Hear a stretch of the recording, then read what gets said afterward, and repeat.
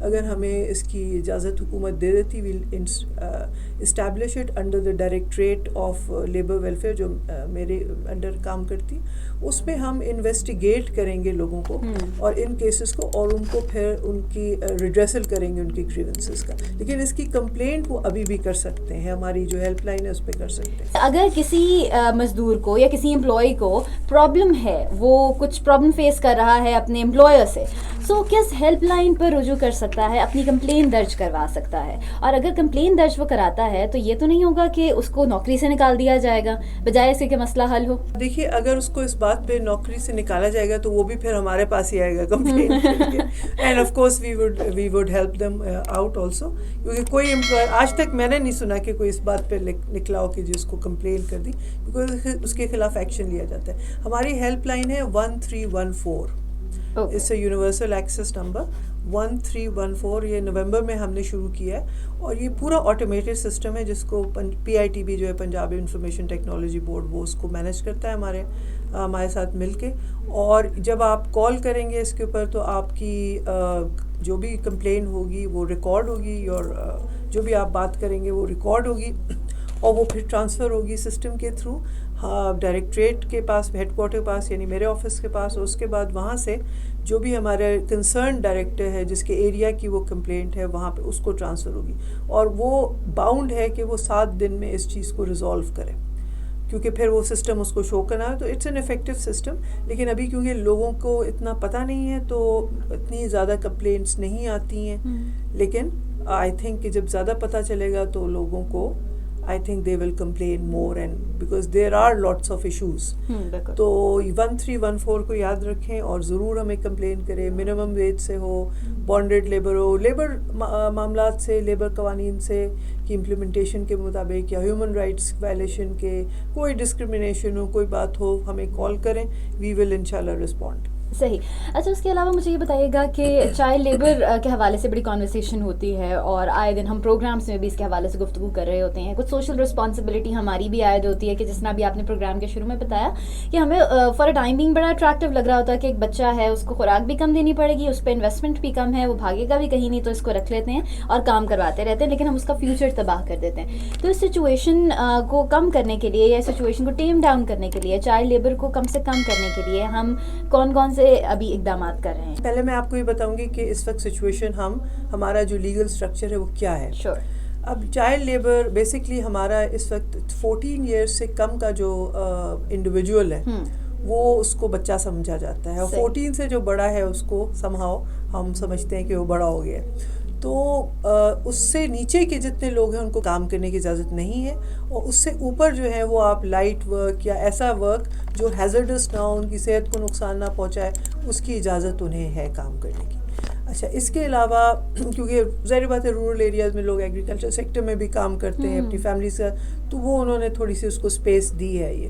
اچھا, اس میں اگر نہیں ہوتا ہے تو اس کی کمپلینٹ ہے, اور انسپیکشن کے تھرو بھی ہمارے جو لیبر انسپیکٹرز ہیں وہ چیک کرتے ہیں. جہاں پہ بھی چائلڈ لیبر جو ہے ڈیٹیکٹ ہوتی ہے تو اس پہ جو سزا ملتی ہے وہ امپلائر کو ملتی ہے کہ آپ نے اس کو کیوں رکھا, اور اس کے خلاف FIR کروائی جاتی ہے. پھر ہمارے پاس لیبر کورٹس ہیں, وہ اس کی سزا دیتے ہیں.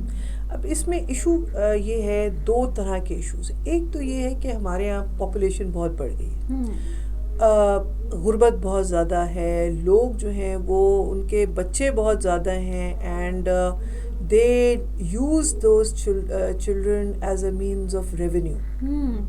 وہ سوچتے ہیں کہ ہم زیادہ بچے پیدا کر لیں گے, اس کو ادھر لگا دیں گے, اس کو ادھر لگائیں گے, ہمیں پیسہ مل جائے گا, ہمیں اتنا محنت نہیں کرنی پڑے گی, یہ بچے ہمیں کما کے دیں گے. اب this is not a desirable situation for any society. تو ہم اب یہ امینڈمنٹ پروپوز کر رہے ہیں کہ اگر کوئی امپلائمنٹ کے لیے جاتا ہے تو جو والدین ہیں ان کی ایکول رسپانسبلٹی ہو, اور ان کو اتنی سزا ملے جتنی امپلائر کو ملے اس میں.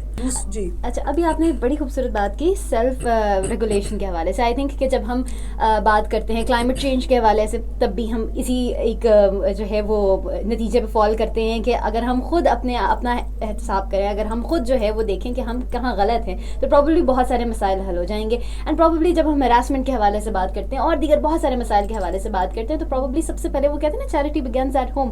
سو سب سے پہلے اپنی آپ کو جو ہے وہ ٹھیک کرنا، درست کرنا بہت زیادہ ضروری ہے. ابھی ہم بریک میں بات کر رہے تھے لیجسلیشن کے حوالے سے جو ILO کی سپورٹ کے ساتھ جو ایک نیا چیپٹر انٹروڈیوس ہوا ہے. میں چاہوں گی کہ آپ ہماری آڈینس کو اس کے حوالے سے بھی آگاہ کریں. اس تک ہمارے 26 قوانین ہیں جن کو ہم امپلیمنٹ کرتے ہیں. وہ 1923 سے لے کر مطلب 2019 اور 20 تک کے ہیں. اب بہت سارے کمپلیکیٹڈ ہیں، تو ہم نے ایک ایفرٹ کی انٹرنیشنل لیبر آرگنائزیشن جو بیسکلی اسی کی کنونشنز ہیں تمام، جس کو ہم نے قانون کی صورت میں لے کے آئے ہیں اور اس کو ہم امپلیمنٹ کرتے ہیں. تو وہ ہمارا ایک سارٹ آف بہت بڑا ایک مطلب مینٹور ہے جس کے ساتھ کلیبریٹ کر کے ہم لیبر لاز کو امپلیمنٹ کرتے ہیں. تو ان کے ساتھ مل کے ہم لیبر کوڈ ایک بنا رہے ہیں جس میں تمام لاز کو کنسالیڈیٹ کیا جائے گا، ان کو سمپلیفائی کیا جائے گا، جہاں پہ کوئی سملیرٹیز ہیں ان کو ایک ہی کر دیا جائے گا، اور ساتھ ساتھ ہم ان کو ماڈرنائز بھی کر رہے ہیں.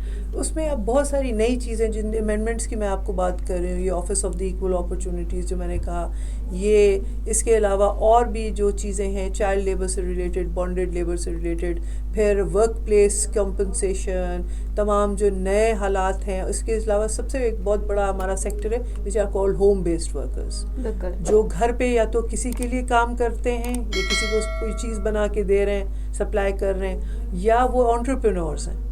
تو ان تمام سب کو ریگولیٹ کرنے کے لیے یہ پورا ہم اس کے اندر یہ چیزیں ڈال رہے ہیں. ہوپ فلی بائی اگست اور September we will take it to the Punjab assembly and hopefully it will be pass. تو یہ ایک بڑی ریولیوشنری چیز ہو جائے گی.